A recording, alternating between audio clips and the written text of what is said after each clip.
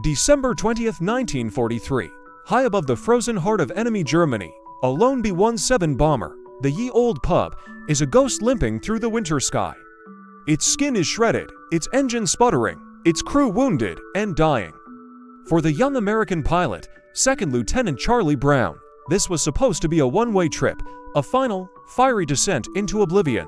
But then, something impossible happened. An act of mercy so profound it would echo through the decades, a moment when two enemies, locked in the deadliest war in history, chose humanity over hatred. This is the story of a promise kept in the face of death and a brotherhood forged in the crucible of combat. This is the crew of the Ye Olde Pub, young men, barely out of their teens, full of the bravado and anxiety of youth. There's the pilot, Charlie Brown, just 21 years old, responsible for 9 other lives. The tail gunner, Hugh Eckenrode, whose position was the most exposed and dangerous on the entire aircraft. Their faces, captured in black and white before their fateful mission, are a poignant reminder of the human cost of war. They were part of the 379th Bombardment Group, stationed in Kimbolton, England. Their target for the day was a Focke-Wulf aircraft factory in Bremen, a critical industrial hub deep within the Third Reich. The flight path was a red line drawn across a map, a simple line that represented a gauntlet of anti-aircraft fire and enemy fighters. As they took off that morning, the mood was tense. Bremen was a notoriously difficult target, heavily defended and far from the safety of home. For the crew of Ye Olde Pub, it would be their first combat mission.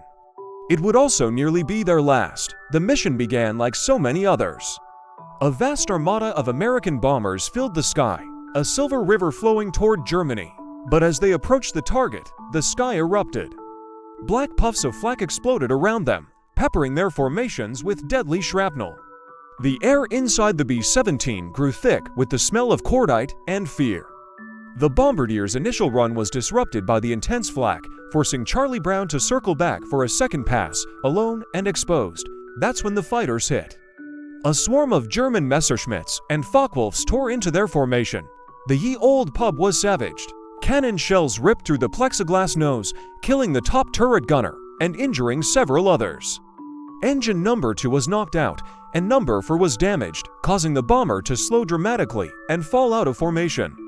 The hydraulic systems failed, followed by the electrical systems. The oxygen supply for the rear of the plane was gone. Most of the guns were frozen or destroyed. The tail gunner, Hugh Eckenrode, was dead, his compartment shattered. The plane was a flying coffin, riddled with holes, its crew bleeding out, its pilot fighting just to keep it level. They were defenseless, alone, and hundreds of miles from safety. On the ground below, a German fighter ace named Franz Stigler was refueling and rearming his Messerschmitt Bf-109. An experienced pilot with 27 confirmed victories, Stigler was 1 kill away from earning the Knight's Cross, one of Germany's highest military honors. He watched the crippled B-17 struggle overhead and took off in pursuit, eager for an easy kill. For Stigler, this should have been simple. A lone, wounded bomber was a pilot's dream. He had every reason to shoot, every justification in the brutal calculus of war. He closed in from behind, his finger ready on the trigger. His orders were clear: destroy the enemy. His ambition was clear: earn his medal. But as he drew closer, something stopped him. He saw not a machine of war, but a wreck. He could see the dead tail gunner, slumped over his weapon. He could see the fear and desperation on the faces of the crew through the massive holes in the fuselage. He saw men, not targets. At that moment, a memory surfaced, a command from his former squadron leader, who had once told him, "You follow the rules of war for you, not for your enemy. You fight by the rules to keep your humanity." Franz had every reason to shoot, but he didn't. Instead of firing, Stigler pulled his fighter alongside the B-17's cockpit. Inside, Charlie Brown saw the German plane and braced for the end. He closed his eyes, waiting for the cannon shells that would tear him and his crew apart. But the shells never came. He opened his eyes and saw the unthinkable. The German pilot was there, flying in formation with him, so close he could see his face. Stigler looked at Brown, making eye contact across the few feet of sky that separated them. He could see the terror in the young American's eyes. This wasn't a dogfight anymore. This wasn't combat. It was an execution, and Stigler refused to be an executioner. He knew if the bomber tried to land in Germany, the crew would be captured or killed. If they flew over German anti-aircraft batteries, they would be shot down immediately. So he made a choice. In that moment, the war disappeared. The uniforms, the flags, the ideologies, they all vanished. Only humanity remained. Stigler pointed downwards, toward Germany, trying to gesture for Brown to land his plane. Charlie, confused and terrified, shook his head. He didn't know what the German pilot's intentions were. Was it a trap? Stigler understood.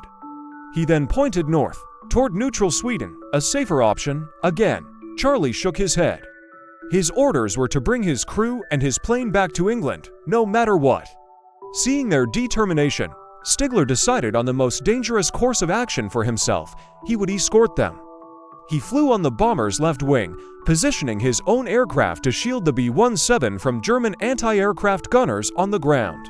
The gun crews saw the Messerschmitt in escort formation and, assuming it had captured the bomber, held their fire. For 10 minutes, the mortal enemies flew side by side. Then, as they reached the North Sea, clear of German airspace, Franz Stigler slowed his plane. He looked over at Charlie Brown one last time. He raised his hand in a slow, deliberate salute. And then he peeled away, disappearing back toward his homeland, leaving the crippled American bomber to limp its way to safety. Against all odds, Charlie Brown managed to fly the shattered Ye Old Pub to 150 miles across the sea and land it safely at their base in England. The crew, battered and broken, kissed the ground. They had survived. Charlie reported the incident to his commanding officers, but was ordered to tell no one. The idea of a humane German pilot didn't fit the wartime narrative. The story was buried. After the war, Charlie Brown returned to civilian life, but the memory of the German pilot who spared him never faded. He was haunted by the question, who was he? And why did he do it? For decades, Charlie searched. He wrote letters to military archives and pilot associations in Germany. Finally, in 1990, after placing an ad in a newsletter for former Luftwaffe pilots, he received a letter. It came from a man living in Canada, a man who had been a pilot during the war. The letter began, "I was the one." It was Franz Stigler. The two men spoke on the phone, their conversation filled with emotion as they recounted the events of that day, confirming details only they could have known. A few months later, they met in person. Enemies became brothers. They stood together, two old men, smiling, shaking hands, their shared moment in the sky binding them forever. Their incredible story of chivalry and compassion traveled the world, a powerful testament to the fact that even in the darkest of times, our common humanity can shine through. Charlie Brown and Franz Stigler remained close friends for the rest of their lives, speaking regularly and visiting each other.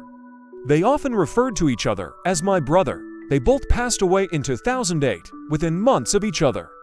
Their story is a reminder that war is fought by people, not monsters. It's a story of a choice to see a person instead of an enemy, to offer mercy when ordered to kill. It proves that even in the hell of war, acts of honor and grace are possible. Mercy is stronger than war.